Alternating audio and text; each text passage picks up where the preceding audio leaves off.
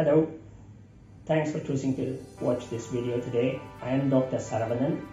I am a senior interventional cardiologist, cardiac electrophysiologist, and a heart transplant physician at Fortis Hospital in Arcot Road, Vadapalani. Today we are going to talk about how to maintain a healthy heart.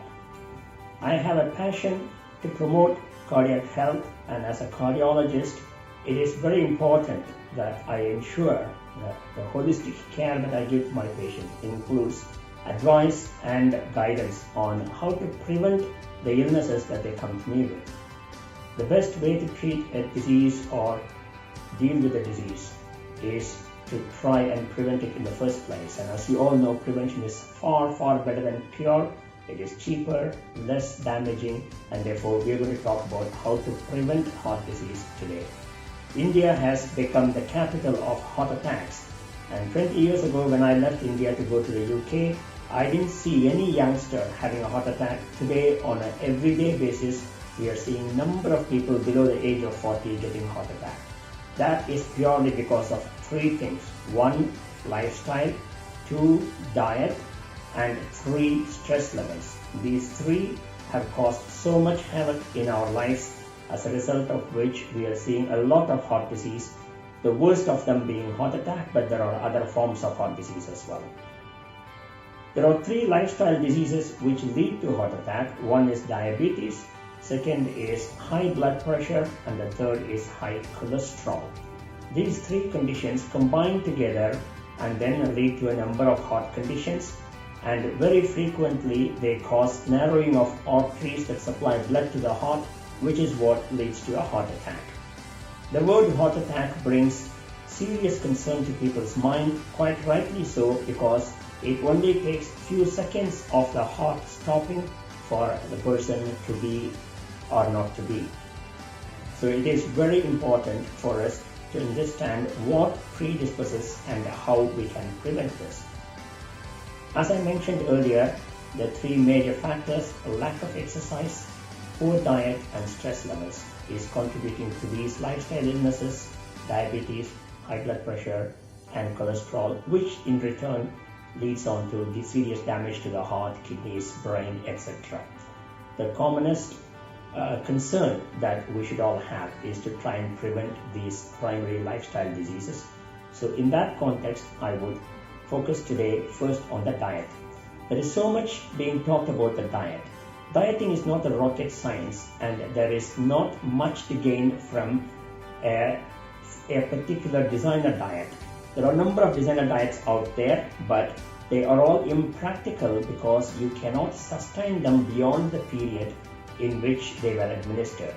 When you go to a Slimming World for 3 months, they will give you a diet. It's great for that 3 months, but then you have to come back to real world. So always a diet that is balanced and that is relevant to everyday use in your own lifestyle, in your own food habit, is far superior to a designer diet. And in that context, the one important thing for all Indians is to minimize the carbohydrate intake.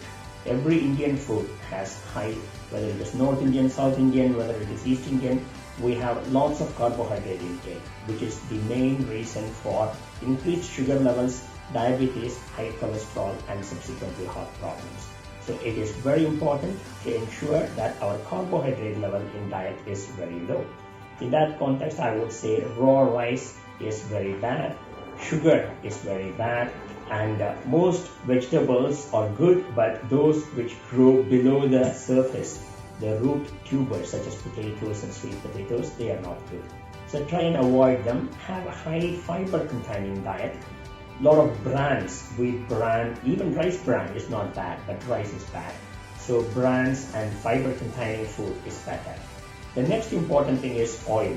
We use a lot of oil in our cooking, and in that context, the oils that were being used in India are not necessarily the best ones for your health.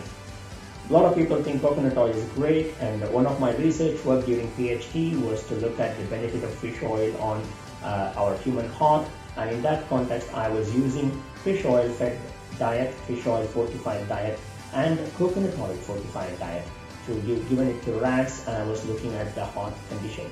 The moment I open the rat's chest and take the heart out, I will know which rat was given coconut oil, because coconut oil is so fatty that the entire heart will be covered with fat.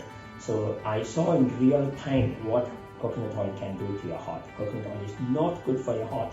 Ghee is not good for your heart.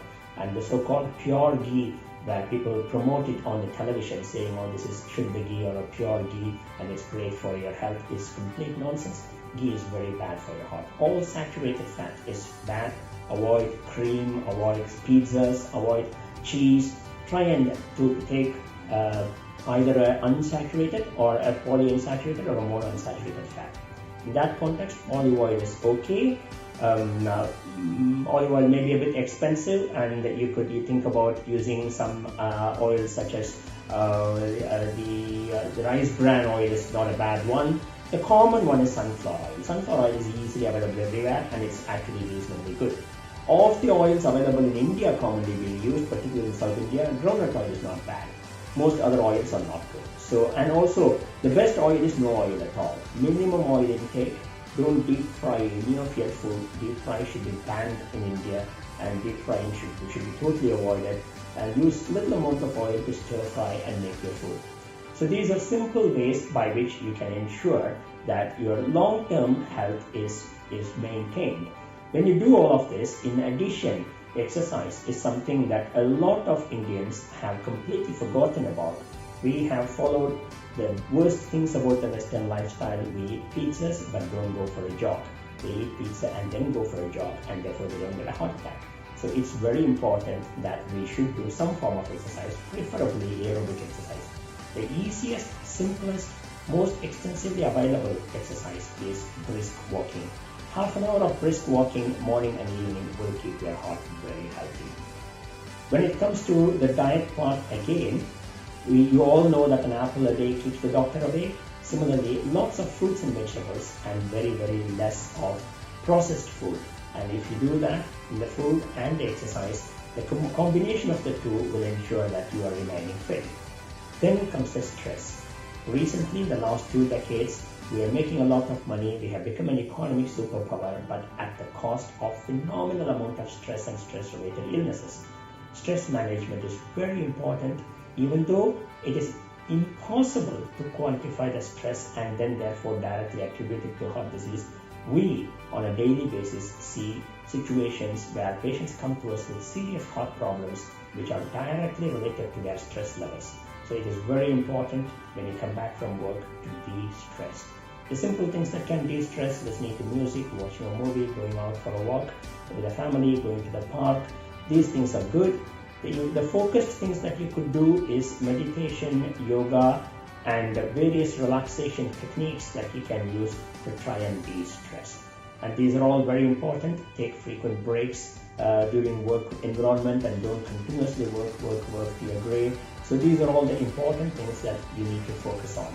If you did all of that, you will definitely keep your heart ticking for a long time and you will have a very healthy lifestyle. And I, as a cardiologist and a socially conscious doctor, would wish you well and ensure that you don't come to me, but if you ever had to, I'll be grateful that you do give me a ring and I will try and help you as best as I can. I can be contacted through mobile phone, through WhatsApp, and through my own website, which is www.P.L.Saravanan.cardiologist.com.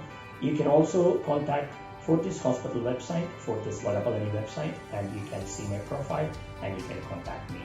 I'll be delighted to help you if you need my help. Thank you for watching this video.